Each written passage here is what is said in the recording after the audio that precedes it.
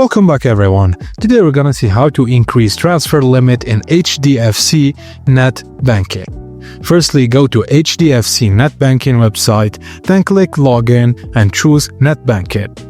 Enter your customer ID, then Continue. Then enter your password and CAPTCHA, then click Login. Once logged in, click the Fund Transfer tab. Under Fund Transfer, click on Request, then modify TPT Limit. You will see your current TPT limit, select Increase, then enter your desired new limit. Tick the checkbox to accept the terms and conditions, then click Continue. Now you'll be taken to a confirmation screen. Just click Confirm to proceed. You will receive 2 OTPs, one for your registered mobile number and one of your registered email ID. Enter both OTPs correctly, then click Continue to finalize the update. Now you have successfully increased your HDFC Bank third-party transfer limit online.